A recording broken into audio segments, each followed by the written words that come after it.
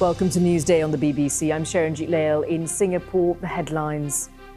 Myanmar's government rejects claims of genocidal intent made against its top generals in a UN-backed report. A new NAFTA? Well, President Trump says he's reached agreement with Mexico over a new trade deal. It's been a long time, and this is something that's very special for our manufacturers and for our farmers from both countries. I'm Babita Sharma in London, also in the programme.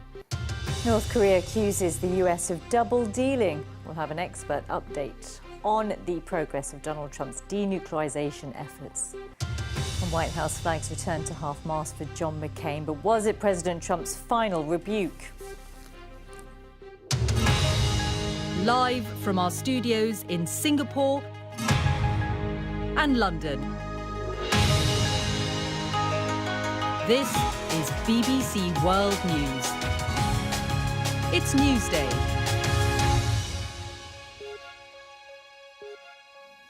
It's 8 a.m. here in Singapore, 1 a.m. in London and 6:30 a.m. in Myanmar, where the government has rejected a UN investigation which accused its military leaders of crimes against humanity, war crimes and genocide against Rohingya Muslims. The report called for the country's military leaders to be referred to the International Criminal Court. UN investigators interviewed hundreds of victims and found evidence of murder, rape and torture against the Rohingya, predominantly in Myanmar's Rakhine state. Later on Tuesday, the UN Secretary-General Antonio Guterres will brief the Security Council. Nick Beek sent this report from the border with Bangladesh, a warning. It contains some distressing accounts and flash photography. For a year now, in this bleak landscape, the Rohingya have been suffering. Bereaved. Uprooted. Lost. Giving harrowing accounts of the brutality they say they suffered at the hands of the Myanmar military. Today we met Rashid. He says they murdered 12 of his relatives. They made the men stand and the women and children squat on the ground. Then they opened fire and killed the men. Then they took the women inside a house and set it on fire. He's convinced it was genocide. And so, while he welcomes today's call for the top generals to be tried for that crime, he thinks it's all too late for so many. If justice is done, then people who are living will see it. But what about those who were slaughtered? My mother, my brothers, my nephew, my uncles. Can they bring them back? They can't do it. Tula Toli is the village in Myanmar from which Rashid fled. The killing, rape and arson here is said to have been part of a coordinated campaign by the army. You know, it's not only about justice for victims, but it's also deterring future activity. If you allow this to go without any kind of sanction, then every army in the world will think they can do this. This is the most detailed and blistering criticism yet of the actions of Myanmar's military last year. Actions which forced hundreds of thousands of Rohingya people to flee across the border to these camps where they're still trapped. But there's also strong criticism of Myanmar's civilian government, in particular its Nobel Peace Prize winning leader, Aung San Suu Kyi. She's accused of failing to use her moral authority to prevent the violence, and that by ignoring the plight of the Rohingya, her government made it easier for the crimes to be carried out. Tonight, Myanmar rejected the UN report as flawed and one-sided. The army's always claimed it was only clearing out militants, a claim now wholly rejected by the United Nations. Bringing Commander-in-Chief Min Aung Hlaing and his comrades to court will not be easy. But today feels like a significant step forward in the pursuit of justice for the Rohingya people. Nick Beek, BBC News, on the Myanmar-Bangladesh border. And we'll have more on that UN report in Myanmar in a few minutes' time. Stay with us for that. But let's just take a look at some of the days of the news for you now. In the United States and Mexico have reached a new trade agreement after months of difficult negotiations. It is a major step in the discussions towards a new North America Free Trade Agreement, or NAFTA. In the past few hours, it's been announced that Canada will resume trade talks with the US on Tuesday. This was President Trump's reaction to the US-Mexico deal. It's been a long time, and this is something that's very special for our manufacturers and for our farmers from both countries, for all of the people that work for jobs. It's also great trade, and it makes it a much more fair bill, and we are very, very excited about it. We have worked long and hard. Your representatives have been terrific. My representatives have been fantastic, too. They've gotten along very well, and they've worked late into the night for months. It's an extremely complex bill, and it's something that I think will be talked about for many years to come. Well, let's find out if it's that good. Stay with us, because we'll be getting reaction from New York and Mexico City as to what this is really all about. Also making news this hour, one of the world's biggest car makers, the Japanese company Toyota, has announced a $500 million investment in the American ride-sharing firm Uber. The businesses will work together on developing self-driving cars. Uber's plans suffered a severe setback earlier this year when a pedestrian in Arizona was killed by one of its self-driving vehicles. Rival protesters have clashed in the eastern German city of Chemnitz following the arrest of an Iraqi and a Syrian in connection with a fatal stabbing. Officers fired water cannon after both sides threw fireworks, causing injuries. Australian Border Force officials are searching crocodile-infested mangroves for two people who fled and abandoned an abandoned boat believed to be part of a people smuggling operation. Police say as many as 17 people were on board that boat that travelled from Vietnam to the coast of northern Queensland. Now, thousands of couples from around the world have exchanged or reaffirmed their marriage vows. This was at a mass wedding in South Korea. The ceremony was held at the Cheongshim Peace World Center in Gapyeong on the day marking the 6th anniversary of the death of the founder and self-proclaimed Messiah, Sun Myung-moon.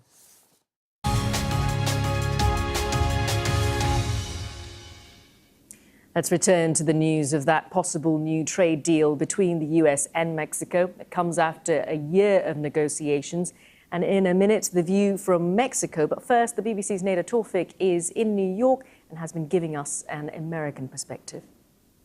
Well, central to this agreement was kind of a breakthrough on what they wanted to happen in the automobile industry. So the United States and Mexico have agreed that in order for vehicles to come in and be considered free of tariffs, that they would have to largely be produced in the region. 70% of auto components had to be produced in the United States and Mexico, and that 40% of those components had to be made by workers who are earning more than $16 an hour. So this was really a victory for President Trump, because he's been trying to keep labor in the United States and stop the kind of flow of companies to Mexico in search of cheaper labor there.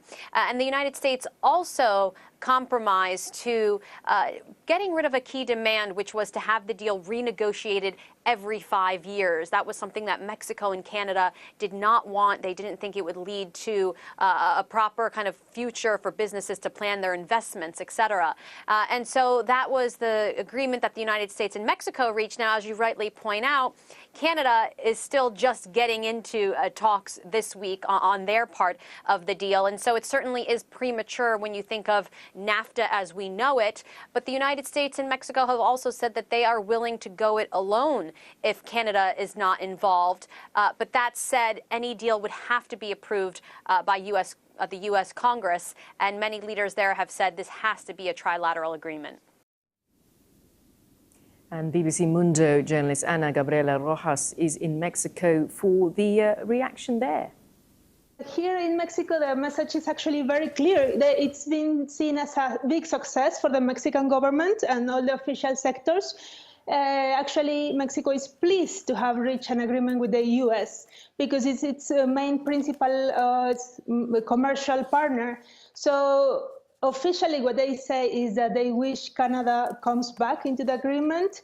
But at the moment, it's very positive.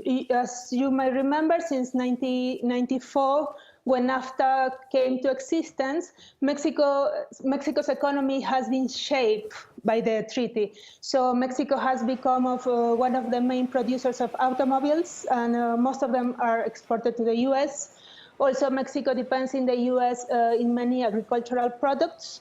And there have been two very good signs here is that the stocks markets and the exchange rate with the peso and dollars hasn't been affected at all. So it's been seen as a big victory for here in Mexico. More now on the UN investigation report accusing Burmese military leaders of war crimes and genocide against Rohingya Muslims. Akshaya Kumar is the Deputy UN Director for Human Rights Watch in New York. She explained a little earlier the significance of this report. Well, in many ways, this report, which has been done with great rigor, it was authorized by the United Nations in Geneva, and it's based on satellite imagery and over 800 interviews, really confirms what all of us have been fearing and many of us have been reporting, which is that there was a serious ethnic cleansing campaign committed against the Rohingya Muslim community. It forced hundreds of thousands to flee their homes. And this now also looks like it amounts to something that could be prosecuted for genocide. What this report adds is that they make the inference that there was, in fact, the intent, or there could be a case made that that intent existed. And that's a really big deal. The Burmese government have refuted all the claims in this report. There is also some quarters that are arguing that without boots on the ground to verify the testimonies that you have, how are you able to get a true sense of the picture of what is happening in the country? Well, there are two parts to that. The first is that it's almost, it's incredibly self-serving and almost farcical to say without boots on the ground, you can't find the truth, because these UN investigators have for months been pleading and begging with Myanmar authorities to be allowed into the country, and they've been obstructed at every turn. They've not been given any cooperation whatsoever.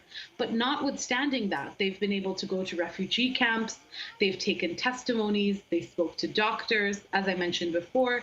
They use satellite imagery, which independently corroborates much of these findings.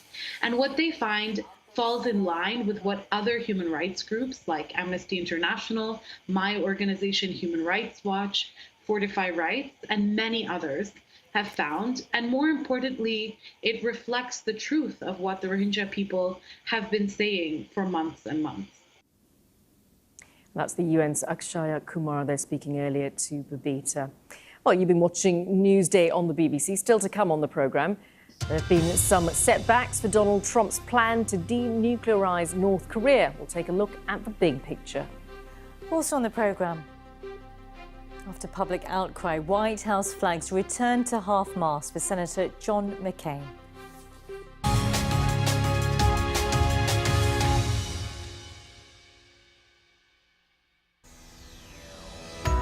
He's the first African-American to win the presidential nomination of a major party, and he accepts exactly 45 years ago to the day that Martin Luther King declared, "I have a dream."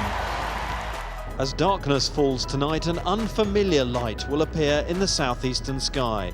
An orange glowing disk that's brighter than anything save the moon, our neighbouring planet, Mars.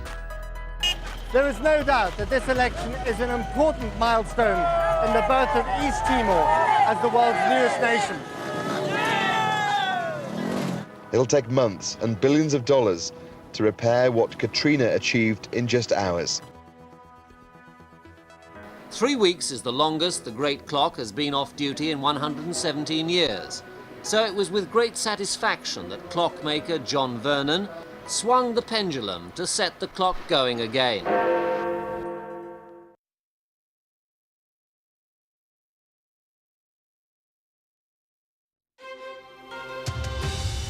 Welcome back. You're watching Newsday on the BBC. I'm Sharon Juleo in Singapore. Yes, welcome back. Thanks for joining us. I'm Babita Sharma here in London. Our headlines for you this hour.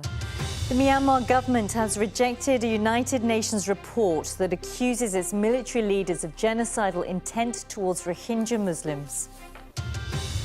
And after a year of talks, the United States and Mexico have reached agreement on a new trade deal. The new Mexican president has said Canada needs to be included too. And the fight against obesity is all too real, but a large-scale study in the US has found a slimming pill that works by suppressing appetite that has no serious side effects. Unlike many other weight loss drugs, this one apparently does not increase the risk of serious heart problems. And if you want to read more on that story, you can go to bbc.com. Let's take a look now at some of the front pages from around the world. And first to the Straits Times here in Singapore, which is reporting on how Malaysia's Prime Minister wants to ban foreigners from buying homes in a multi-billion-dollar construction project. This one here, that's quite close to Singapore. Now, his plan puts a question mark over the state of the project and the fate of it, which is actually marketed to Chinese buyers. Now, the Philippine Daily Inquirer has a story about a Catholic priest who was one of the earliest critics of President Duterte's war on drugs, who has gone into hiding. Now, he believes he's being targeted by motorcycle riding hitmen. And finally, to the Japan Times, which focuses on the Japanese national Tomoyuki Sugimoto, who was released on humanitarian grounds by North Korea after allegedly breaking an unspecified law while on holiday in the country. And that brings you up to date with some of the papers. Babita, what are some stories sparking discussions online? Well, Sharon J, what we're about to show is not really for the faint-hearted. It's more for the adventure seekers among you, the best paragliders, base jumpers and pilots in the world. They've met in Switzerland.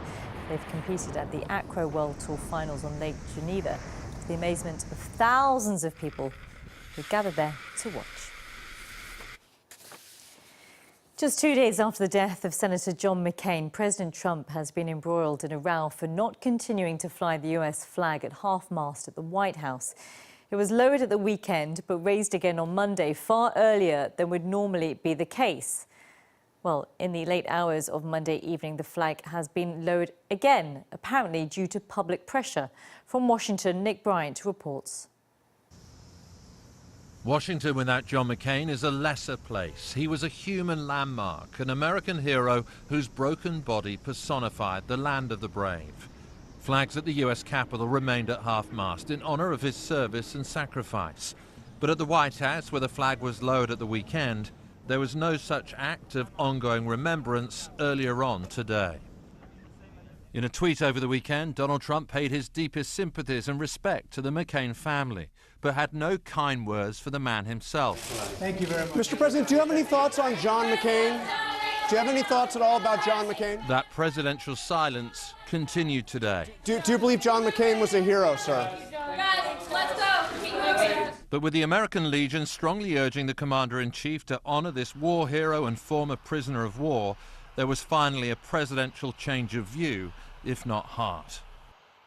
We've just got this statement from the president. Despite our differences on policy and politics, I respect Senator John McCain's service to our country and in his honor have signed a proclamation to fly the flag of the United States at half-staff until the day of his interment. But it still doesn't call him a hero. So tonight the Stars and Stripes was lowered again at the White House in that rare thing, a presidential climb down. But the flag row has come to symbolize a broader debate as to who best embodies the values of modern America, Donald Trump or John McCain. Nick Bryant, BBC News, Washington. Now, state media in North Korea have criticized the US for what they call extremely provocative and dangerous military moves in Pacific waters. They also warn that the thaw in the relations with the US following the meeting between the two presidents in June could be in jeopardy. And there are indeed signs that relations are strained. President Trump announced that his Secretary of State, Mike Pompeo, would cancel a planned trip to Pyongyang.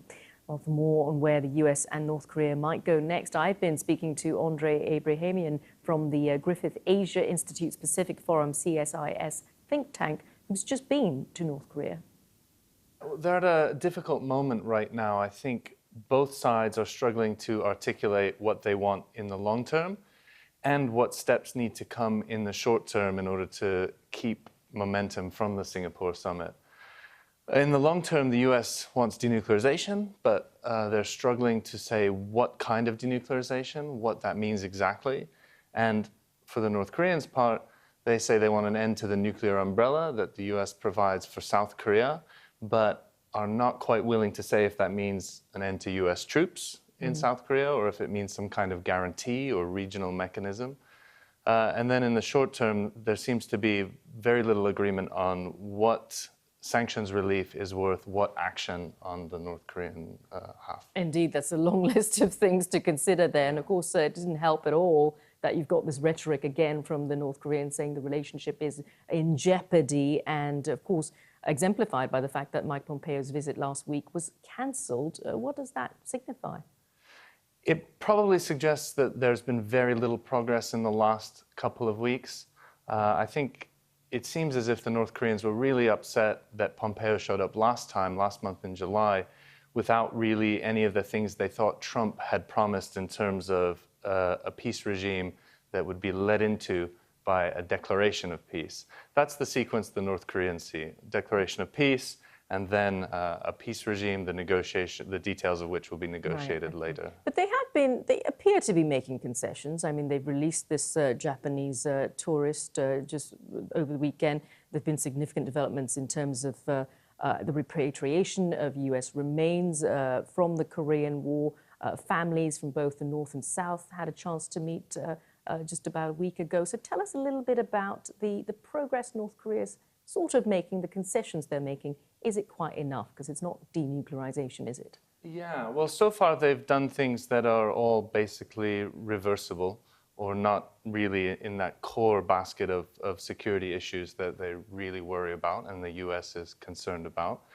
With Mr. Sugimoto, I think that was very much a case of somebody lower down having suspicions about a videographer taking a lot of videos, flagging this guy. Then it went up the bureaucratic chain, and when it got to the top, or near the top, people decided, we don't actually want this guy complicating very delicate negotiations. Let's get him out of here as soon as possible. And that's what we saw there. So I don't think that's a concession as such. And you've just come back from North Korea, so tell us about your impressions of it. Have they been hit hard by all of the sanctions that have been placed upon them? Well, it's clear that the ban on seafood and coal exports is having an impact. Coal isn't moving the way it normally does, even though there are plenty of reports of ship-to-ship transfers and making North Korean coal appear to have come from Russian ports.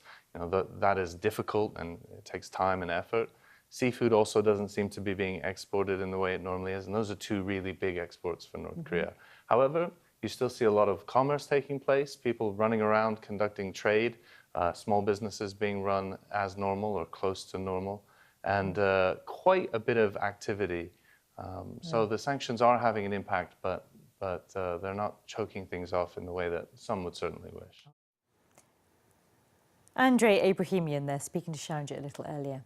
Now, Gustav Klimt, Egon Schiele, Alfred Cockburn, just a few of Austria's best-known painters. Now, though, you can add a new name to the list, Yang Yang. Two minor issues here, though. Firstly, she's not technically Austrian, and secondly, she's a panda. The BBC's Tim Orman explains. Meet the artist in residence. 18 years old with the deftest of brushstrokes. Yang Yang is a mistress of the canvas, just as long as she's not feeling too peckish. Well, at first she found the paintbrush very exciting. She pulled it towards her, sniffed it, and took a bite, tasted it. It's important that only natural materials were used. The paintbrushes are made from bamboo. Then she learned what the paintbrush is for, that pictures can be made with it, and it works really well. Clearly her art is a little on the abstract side, impressionistic you might say, but there does seem to be some emotional connection to her work. We decided to have the pictures painted in black because pandas are black and white, so she paints black on white. The paintings vary a lot. If she feels a bit more expressive, then her paintings are a bit wilder. Sometimes they have relatively little paint on the canvas. It all depends on the mood of the day. Her paintings are now on sale, 100 of them up for grabs, each one selling for more than $500. The zoo says it'll use the money to raise awareness about pandas, and each picture will come with a certificate of authenticity, although this artist never signs her work. Tim Allman, BBC News. Nothing like a panda story to end the programme, Babs. But the big question is, would you buy one of her artworks? Yes. Don't know how much it's going to cost. Don't know how much it's going to cost, but yes, I think we should. And we'll put it in our Hall of Fame of panda stories that we do here on Newsday. You have been watching Newsday. Thanks so much for joining us. I'm Babita Sharma here in London. And I'm Sharon Jutlail in Singapore. You can stay with us because coming up, we're going to be taking a much more in-depth look at the new NAFTA trade agreement and what it means for Canada. Shanja, I know you love Carnival time, especially the one here in London. This is what people got up to today.